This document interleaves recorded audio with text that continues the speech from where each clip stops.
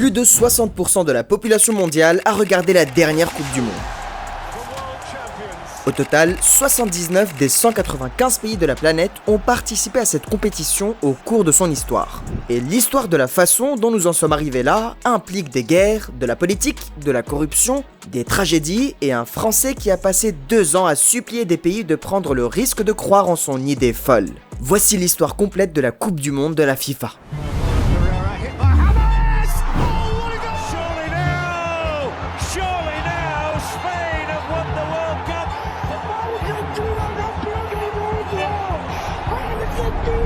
Cette histoire commence il y a près de 100 ans, à une époque où les barbiers pratiquaient encore des opérations chirurgicales, où fumer était considéré comme bon pour les poumons, et où l'on pouvait acheter une maison pour le prix d'un maillot de football moderne. En 1914, la FIFA a reconnu les Jeux Olympiques comme le championnat du monde officiel de football. Ainsi, le pays qui remportait le tournoi olympique de football était sacré champion du monde. Cette situation dura plus de 20 ans. Mais le 28 mai 1928, le président de la FIFA, Jules Rimet, eut une idée qui allait changer à jamais l'histoire du sport. Après avoir vu la popularité du football exploser et les stades se remplir lors des tournois olympiques, il se demanda « Pourquoi partageons-nous la scène avec des coureurs et des nageurs ? Pourquoi ne pas créer notre propre compétition ?» Il y avait cependant un problème, convaincre les nations de quitter la sécurité des Jeux Olympiques pour rejoindre un tournoi inédit organisé par une fédération que la plupart des pays faisaient à peine confiance. Cela relevait presque de l'impossible. Beaucoup étaient sceptiques, certains refusèrent catégoriquement et Rimet passa 2 ans à supplier les fédérations de tenter l'aventure. Mais en 1930, il avait réussi à convaincre juste assez d'équipes. Ce que personne ne réalisait encore, c'est que ce Français, animé par un rêve, venait de créer le plus grand événement sportif que le monde ait jamais connu. 1930. La première Coupe du Monde débute donc en Uruguay. Le pays obtient l'organisation du tournoi parce qu'il est alors champion olympique en titre, ce qui semblait assez logique. Cependant, l'emplacement posait un énorme problème aux Européens. Le seul moyen de s'y rendre était le bateau. Le voyage prenait plusieurs semaines et l'Europe traversait une grave crise économique. La plupart des nations regardèrent le coût du déplacement et répondirent simplement « absolument pas ». Au final, seuls 13 pays participèrent. L'Égypte devait être la seule équipe africaine présente, mais de mauvaises conditions météorologiques retardèrent son navire et elle manqua complètement la compétition. Le Japon et la Thaïlande furent invités, mais se retirèrent. On se retrouvait donc avec un tout nouveau tournoi censé unir le monde alors qu'une grande partie du monde ne s'était même pas déplacée. Malgré cela, les 13 participants offrirent un spectacle mémorable. La finale opposa l'Uruguay, pays hôte, à l'Argentine devant 93 000 spectateurs. L'Uruguay s'imposa 4-2 et devint ainsi le premier champion du monde de l'histoire.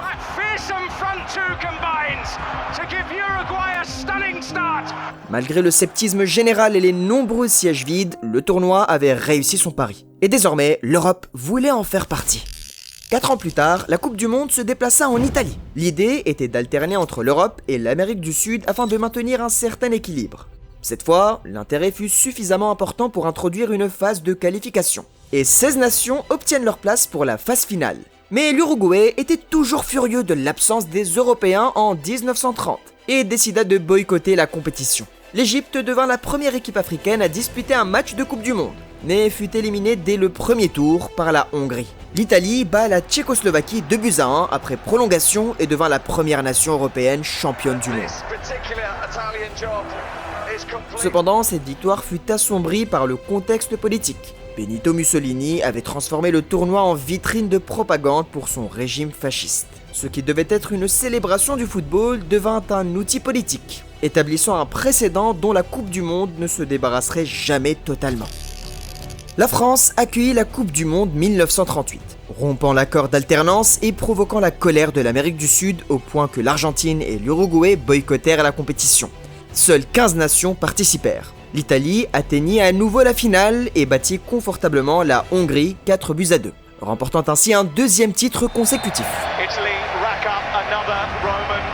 Mais la véritable star du tournoi fut un Brésilien nommé Leonidas da Silva. Avec 7 buts, il termina meilleur buteur et mena le Brésil à la 3e place, s'imposant comme la première grande icône du football brésilien. Personne ne le savait alors, mais il faudrait attendre 12 ans avant que le monde ne voie une nouvelle Coupe du Monde. Les éditions suivantes avaient déjà été envisagées, avec l'Allemagne et le Brésil candidats à l'organisation. Mais la Coupe du Monde allait devoir patienter. Alors que le conflit le plus meurtrier de l'histoire de l'humanité engloutissait la planète, Les joueurs devinrent des soldats, les stades furent réduits en ruines, et toute une génération de footballeurs prédit les plus belles années de sa carrière. Lorsque le tournoi fit finalement son retour, le monde dans lequel il revenait avait complètement changé.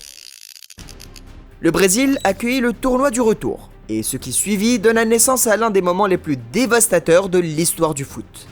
L'Inde se retira après avoir été informée qu'elle ne pouvait pas jouer pieds nus. Cela paraît absurde, mais c'est pourtant vrai. L'Italie participa malgré la catastrophe aérienne de Turin qui avait coûté la vie à plusieurs joueurs de la sélection nationale 2 ans auparavant. Et pour la première fois, les nations britanniques rejoignèrent enfin la compétition après des années de refus de reconnaître la FIFA pour des raisons politiques. L'attaquant brésilien, Ademir, inscrivit 8 buts et mena les hôtes jusqu'à la finale. À ce stade, tout le pays était déjà convaincu que le trophée lui appartenait. Les journaux avaient imprimé leur gros titre annonçant la victoire avant même le coup d'envoi. Une samba avait été composée en l'honneur des futurs champions. Les officiels avaient déjà préparé le discours de victoire. 173 000 spectateurs remplirent le Maracanã pour assister à la finale entre le Brésil et l'Uruguay. Ce qui demeure encore aujourd'hui la plus grande affluence jamais enregistrée pour un match de Coupe du Monde. Et chacun d'entre eux était persuadé d'assister à un couronnement. Mais l'Uruguay n'avait pas lu le scénario. Les Uruguayens créèrent la surprise et réduisirent au silence la plus grande foule de l'histoire du football dans ce que les Brésiliens appellent encore aujourd'hui le Maracanazo. Certains supporters s'évanouirent dans les tribunes. Le stade devint si silencieux qu'on aurait pu entendre tomber une épingle. Le chagrin du Brésil marquerait plusieurs générations. Mais la Coupe du Monde s'apprêtait à entrer dans une nouvelle ère. La Suisse accueillit la Coupe du Monde 1954 et ce tournoi changea tout. Pour la première fois, la compétition fut véritablement retransmise à la télévision. Le monde entier pouvait la regarder, et le football devint du jour au lendemain un phénomène mondial. Il s'agissait du tournoi le plus prolifique en buts de toute l'histoire. Le quart de finale entre l'Autriche et la Suisse se termina sur le score de 7-5, ce qui reste encore aujourd'hui le match le plus riche en buts de l'histoire de la Coupe du Monde. La Hongrie était alors l'équipe la plus redoutée de la planète. Menée par Puskás et Kosic, elles inscrivaient 27 buts au cours de la compétition. En finale, les Hongrois prirent même une avance de 2-0 en seulement 10 minutes. Mais l'Allemagne de l'Ouest renversa la situation pour s'imposer 3-2 grâce au but victorieux d'Helmut Rahn, lors de ce que les Allemands appellent encore aujourd'hui le miracle de Berne. Et ce n'était pas seulement un résultat sportif, l'Allemagne était encore en pleine reconstruction après la guerre. Et cette victoire redonna espoir à toute une nation. Le monde avait découvert le football à travers un écran pour la première fois. 4 ans plus tard, en Suède, il découvrirait un adolescent de 17 ans qui allait changer ce sport pour toujours. La Coupe du Monde 1958 fut organisée en Suède. L'Europe accueillait donc le tournoi pour la 2e fois consécutive, ce qui mécontenta fortement le reste du monde. La FIFA décida alors d'instaurer officiellement une rotation entre les continents pour l'organisation de la compétition. Mais la politique fut éclipsée par le football, car ce tournoi révéla Pelé au monde entier. Il avait 17 ans, un simple adolescent. Pourtant, il jouait comme s'il évoluait au plus haut niveau depuis toujours. Il marqua lors de chaque tour à élimination directe. Notamment 2 fois en finale lorsque le Brésil battit la Suède 5-2. À ses côtés jouait Zagallo, qui deviendrait plus tard le premier homme à remporter la Coupe du Monde à la fois comme joueur et comme sélectionneur. Un attaquant français nommé Juste Fontaine inscrivait quant à lui 13 buts lors d'une seule édition. Un record toujours inégalé et qui pourrait bien ne jamais être battu. Mais c'est le Brésil qui quitta la compétition avec le trophée et le football venait de trouver sa première véritable superstar mondiale. Le fait que le Chili accueille la Coupe du Monde de 1962 était déjà remarquable en soi. 2 ans auparavant, le pays avait été dévasté par de puissants tremblements de terre et toute son infrastructure avait dû être reconstruite à partir de zéro. Le Brésil arriva en tant que champion du monde en titre, mais Pelé était diminué par les blessures. Heureusement pour les Brésiliens, Vava et Garrincha prirent les relais et menèrent leur équipe jusqu'à la finale, où ils battirent la Tchécoslovaquie pour conserver leur titre. Mais la véritable histoire de 1962 fut celle de la violence. Un match du premier tour entre le Chili et l'Italie, désormais connu sous le nom de Bataille de Santiago, ressemblait davantage à une bagarre générale qu'à une rencontre de football. La presse italienne avait publié plusieurs articles peu flatteurs sur le Chili. L'équipe locale le prit très mal et le match se transforma en succession de tacles agressifs et de tentatives délibérées de blesser l'adversaire. Le Chili s'imposa 2-0. L'Italie reçut 2 cartons rouges. et les joueurs durent quitter le terrain sous escorte policière. Le côté le plus sombre du football était exposé aux yeux du monde entier. Mais 4 ans plus tard, la compétition offrirait l'un de ses moments les plus emblématiques. Le football rentra à la maison pour la première fois lorsque l'Angleterre souleva le trophée au terme d'une finale mémorable. Les Anglais battirent l'Allemagne de l'Ouest 4-2 grâce à un triplé de Geoff Hurst. Pourtant, son deuxième but, celui qui donne l'avantage 3-2 à l'Angleterre, pendant la prolongation, continue encore aujourd'hui d'alimenter les débats. Le ballon a-t-il réellement franchi la ligne? Les Allemands disent non. Les Anglais, eux, s'en moquent. Le meilleur joueur du tournoi n'était même pas présent en finale. Cet honneur revint à l'icône portugaise Eusébio. La Corée du Nord devint la première nation asiatique à atteindre les quarts de finale après avoir éliminé l'Italie. Quant à l'Afrique du Sud, elle fut exclue de la Coupe du Monde pour les 26 années suivantes en raison du non-respect des politiques de lutte contre les discriminations. Mais l'histoire dont tout le monde se souvient reste celle de l'Angleterre. Un après-midi magique à Wembley, que les supporters anglais tentent de revivre depuis lors. Près de 60 ans plus tard, ils attendent toujours. Mais en 1970, Pelé allait définitivement asseoir son statut de plus grand joueur de tous les temps. Le Mexique accueillit le tournoi, devenant ainsi le premier pays d'Amérique du Nord à organiser une Coupe du Monde. Cette édition reste notamment célèbre pour la demi-finale entre l'Allemagne de l'Ouest et l'Italie, au cours de laquelle 5 buts furent inscrits pendant la seule prolongation. Franz Beckenbauer disputa l'intégralité du match avec un bras cassé, l'Allemagne n'ayant plus de remplaçants disponibles. En finale, le Brésil surclassa l'Italie 4-1 sous la direction de Zagallo, qui devint le premier homme à remporter la Coupe du Monde à la fois comme joueur et comme sélectionneur. Mais le véritable héros de ce moment fut Pelé. Il souleva sa 3e Coupe du Monde et aucun joueur n'a égalé cet exploit avant ou depuis. 3 Coupes du Monde, une forme d'immortalité footballistique qui pourrait ne jamais être atteinte de nouveau.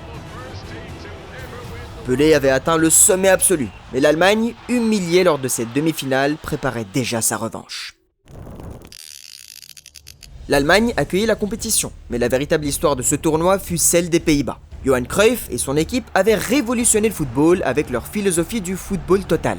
Un style fluide et spectaculaire où chaque joueur pouvait occuper n'importe quel poste. Ils étaient favoris, ils émerveillaient le monde entier et ils représentaient probablement l'équipe la plus fascinante que le football ait jamais vue. Mais l'Allemagne, menée par Beckenbauer et portée également par Gerd Müller, les battit 2-1 en finale. La plus belle idée de l'histoire du football échoua au tout dernier obstacle.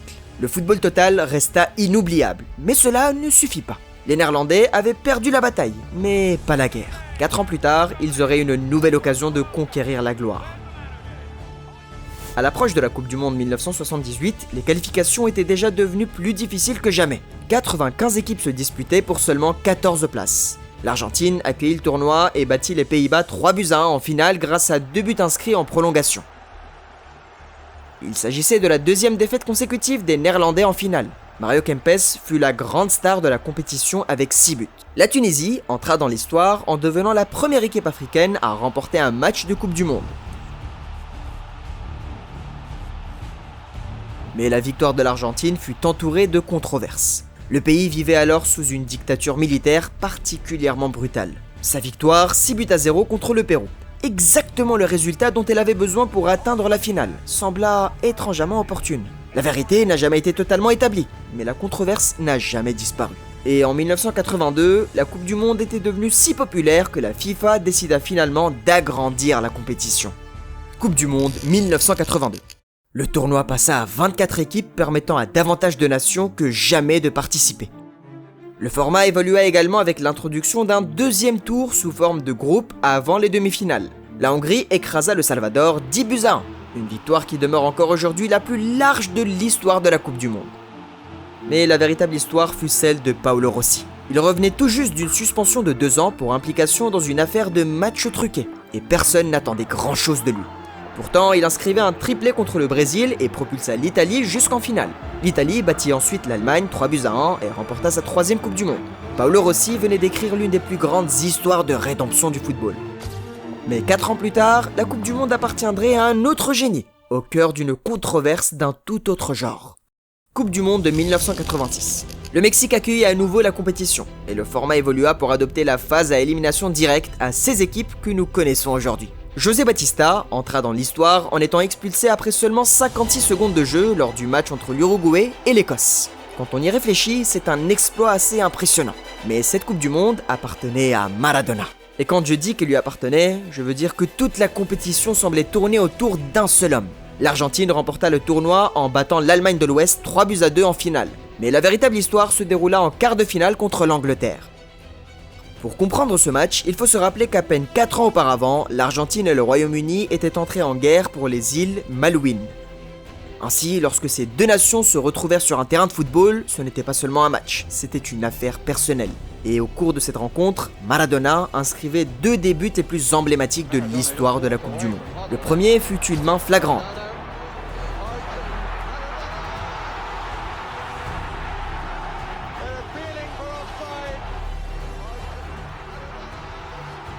Maradona l'appela la main de Dieu, une formule qui reste soit l'excuse la plus arrogante, soit la plus géniale de toute l'histoire des conférences de presse. Le second but, inscrit seulement 4 minutes plus tard, fut exactement l'inverse.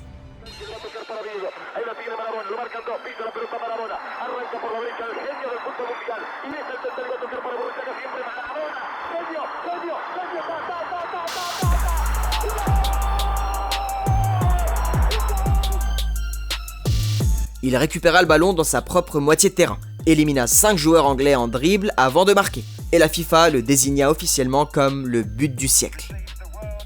Maradona avait captivé l'imagination du monde entier, mais la Coupe du Monde de 90 allait être mémorable pour des raisons très différentes. Coupe du Monde 1990. Le plus grand scandale de ce cycle eut lieu avant même le début du tournoi. Lors d'un match de qualification décisif contre le Brésil, le gardien chilien Roberto Rojas simula une blessure provoquée par un fumigène.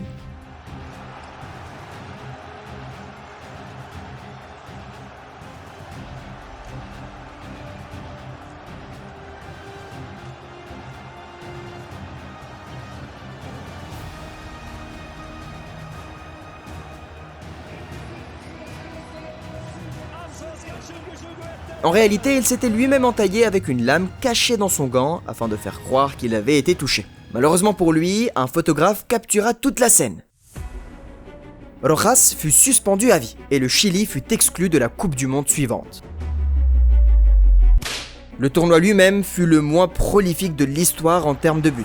L'Allemagne bat l'Argentine 1-0 en finale et Franz Beckenbauer devint le deuxième homme après Zagallo a remporté la Coupe du Monde à la fois comme joueur et comme sélectionneur. Le Cameroun devient la première nation africaine à atteindre les quarts de finale, et 2 joueurs conquièrent le cœur du public. L'Italien Salvatore Schillaci, meilleur buteur du tournoi, et l'Anglais Paul Gascoigne, avec sa magie balle au pied et ses larmes devenues célèbres. 4 ans plus tard, la Coupe du Monde traversait l'Atlantique pour la première fois, mais elle rapporterait avec elle une tragédie que personne n'avait vu venir. La Coupe du Monde se déroula aux États-Unis et devint la plus fréquentée de l'histoire, attirant 3,6 millions de spectateurs dans les stades. Au milieu du tournoi, Maradona fut contrôlé positif à une substance interdite et a été suspendu. Privé de son leader, l'Argentine s'effondra et fut éliminée dès son match suivant. Le Russe Oleg Sanenko inscrivait 5 buts lors d'une seule rencontre contre le Cameroun. Au cours de ce match, Roger Milla marqua pour le Cameroun à l'âge de 42 ans. Devenant ainsi le plus vieux buteur de l'histoire de la Coupe du Monde. La finale fut la première à se terminer sans but après 120 minutes de jeu et la première à être décidée par une séance de tir au but. Le Brésil a battu l'Italie 3-2 et Romario remporta le ballon d'or du tournoi. Mais l'histoire la plus marquante de 94 ne se déroule pas sur le terrain. Ce fut une tragédie qui bouleversa le football mondial. À cette époque, la Colombie traversait une période extrêmement difficile. Le pays était largement sous l'influence des cartels de la drogue et l'équipe nationale représentait l'un des rares symboles capables de rassembler la population. Cette génération était considérée comme exceptionnelle et tout un pays plaçait en elle de grands espoirs. Mais la Colombie fut éliminée dès la phase de groupe. Le tournant change lorsque Andrés Escobar, capitaine de l'équipe, marqua contre son camp face aux États-Unis. De retour à Medellín, Escobar se rendit dans un bar. Alors qu'il quittait l'établissement, un homme s'approcha de lui et lui dessus à 6 reprises.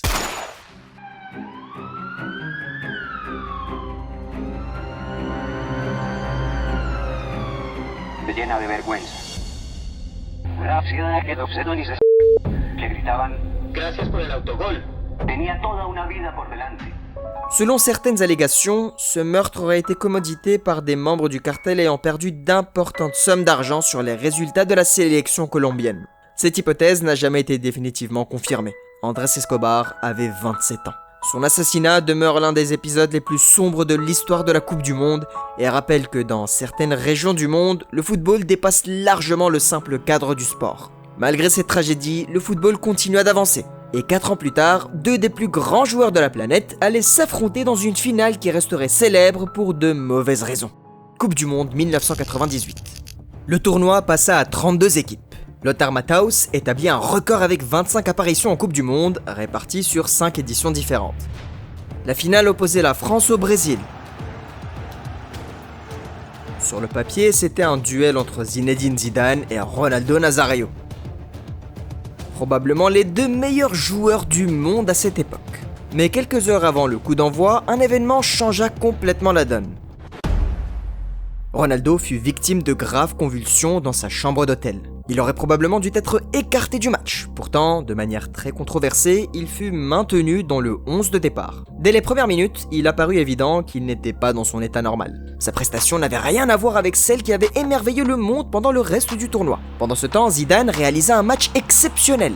Il inscrit 2 buts de la tête en finale et permit à la France de remporter la première Coupe du Monde de son histoire. À ses côtés évoluait un milieu de terrain nommé Didier Deschamps. 20 ans plus tard, il deviendrait le 3e homme de l'histoire à remporter la Coupe du Monde comme joueur, puis comme sélectionneur. Mais le Brésil n'avait pas dit son dernier mot. Il allait revenir, et il allait revenir plus fort. La première Coupe du Monde organisée en Asie fut organisée par la Corée du Sud et le Japon. Le Brésil arriva avec l'intention de dominer la compétition. Son trio offensif était connu sous le nom des 3 R, Ronaldo, Ronaldinho et Rivaldo. Ensemble, ils étaient pratiquement inarrêtables. Le Brésil traversa le tournoi avec autorité et battit l'Allemagne 2-0 en finale. Grâce à un doublé de Ronaldo, qui termina également meilleur buteur de la compétition. Mais la véritable controverse de 2002 fut le parcours de la Corée du Sud jusqu'aux demi-finales. Sur le papier, il s'agissait de la plus grande performance jamais réalisée par une nation asiatique en Coupe du Monde. Cependant, la manière dont elle y parvient laissa une tache durable sur l'histoire du tournoi. Le 8e de finale contre l'Italie et le quart de finale contre l'Espagne furent respectivement arbitrés par Byron Moreno et Gamal Algandour. Ces 2 rencontres furent marquées par une série de décisions si incompréhensibles que, encore aujourd'hui, de nombreux supporters et observateurs les considèrent parmi les matchs les plus mal arbitrés, voire truqués de l'histoire du football. Des buts parfaitement valables furent refusés, des cartons rouges très sévères furent distribués et plusieurs pénaltys potentiels furent ignorés. L'Espagne vit notamment 2 buts légitimes être annulés. La polémique n'a jamais été véritablement résolue, et ne le sera probablement jamais. Mais les scandales de 2002 allaient rapidement être éclipsés. Car 2006 s'apprêtait à offrir l'un des moments les plus emblématiques de l'histoire de la Coupe du Monde. Coupe du Monde 2006.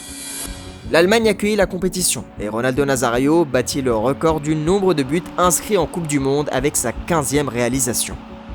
Ce fut également le tournoi le plus brutal de l'histoire, avec 345 cartons jaunes. Le sommet de cette violence fut atteint lors du match entre le Portugal et les Pays-Bas, désormais connu sous le nom de bataille de Nuremberg.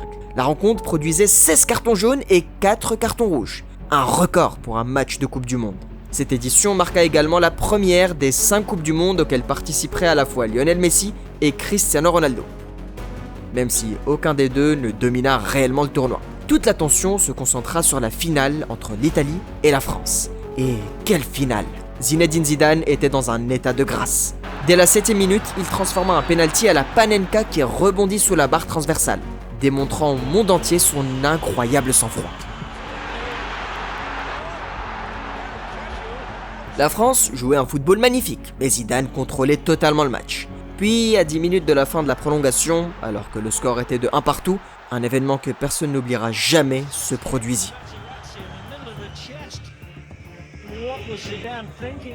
Marco Materazzi prononça des paroles visant la sœur de Zinedine Zidane. Et Zidane, le joueur le plus élégant de sa génération, se retourna et lui asséna un coup de tête en pleine poitrine.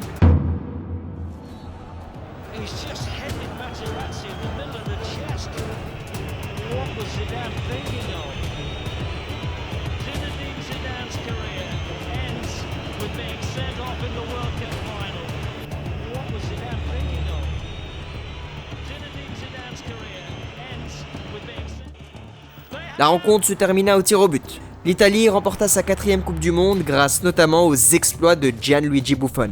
Zidane quitta la scène avec une médaille d'argent, un carton rouge et le titre de meilleur joueur du tournoi.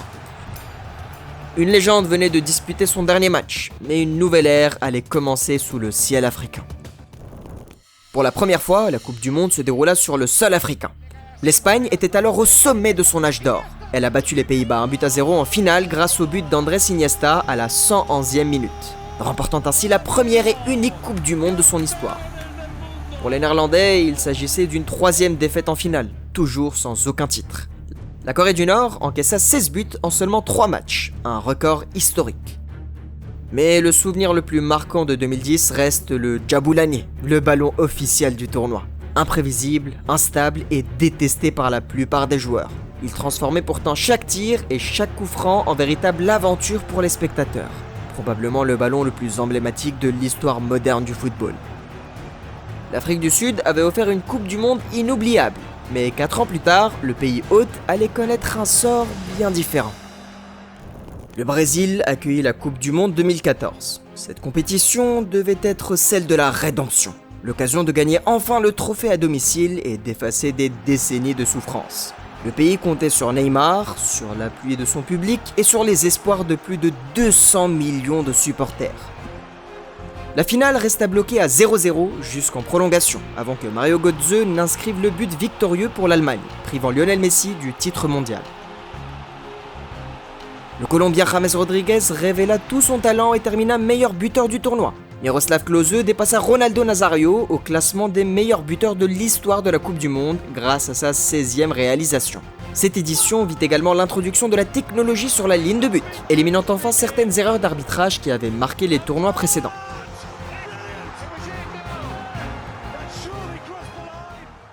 Mais le moment qui définit réellement 2014 ne fut pas la finale. Ce fut la demi-finale entre l'Allemagne et le Brésil. Le Brésil figurait parmi les favoris. Mais Neymar était blessé et ne pouvait pas jouer. Même sans lui, personne n'aurait pu imaginer ce qui allait suivre. L'Allemagne marqua 5 buts en 29 minutes. 5.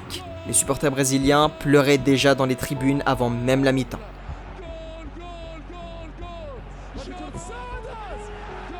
L'Allemagne s'imposa finalement 7-1 dans ce qui reste l'une des humiliations les plus spectaculaires de l'histoire du sport professionnel.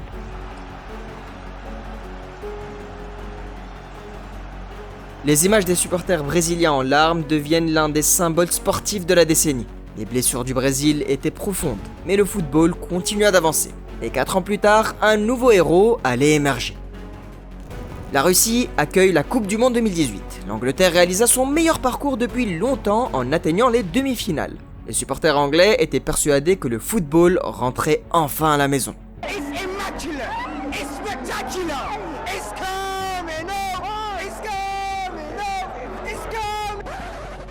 Mais ce ne fut pas le cas. La Croatie les élimina avant d'atteindre la finale. Porté par le génie de son petit magicien, Luka Modric. Cette édition marqua également les débuts de l'assistance vidéo à l'arbitrage, la VAR, en Coupe du Monde. Son impact fut immédiat, provoquant un nombre record de pénaltys grâce à la détection de fautes qui échappaient auparavant aux arbitres. Le gardien égyptien Essam Al-Hadari devint le joueur le plus âgé à participer à une Coupe du Monde à 45 ans. Un exploit remarquable compte tenu des exigences physiques du football professionnel. La France arrivait en finale contre la Croatie avec le statut de favori. Les Bleus confirmèrent leur supériorité en s'imposant 4-2 et remportèrent leur 2e Coupe du Monde 20 ans après la première.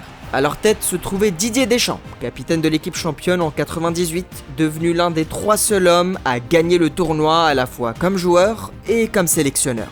Mais le nom qui était sur toutes les lèvres n'était ni celui de Deschamps, ni celui de Griezmann, ni celui de Pogba. C'était celui d'un jeune joueur de 19 ans qui avait traversé le tournoi comme une force de la nature, Kylian Mbappé. Il venait de se révéler au monde entier, et 4 ans plus tard, il se retrouvait face au plus grand conte de fées de l'histoire du football. Coupe du Monde 2022. La première Coupe du Monde organisée dans un pays du Moyen-Orient s'est tenue en décembre en raison des températures extrêmes.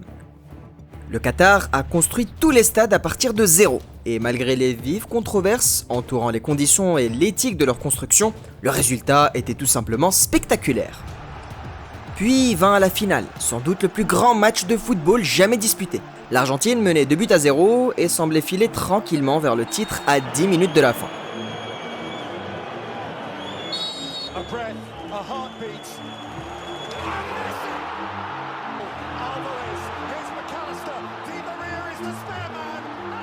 Le nom de Messi semblait déjà gravé sur le trophée. Mais encore une fois, Mbappé égalise.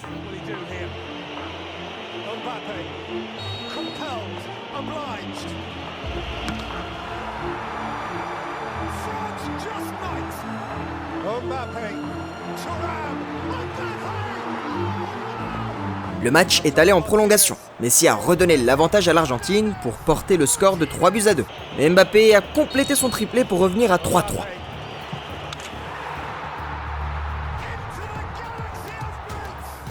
Il a donc fallu une séance de tir au but pour départager les deux équipes.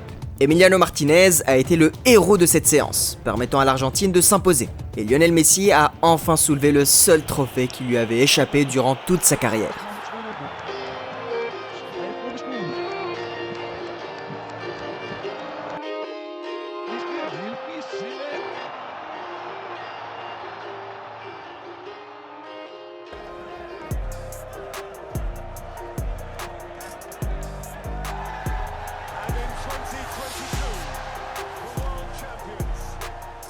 Messi avait désormais tout accompli dans le football, mais la prochaine Coupe du Monde ne sera pas une histoire d'accomplissement, elle sera tout le contraire.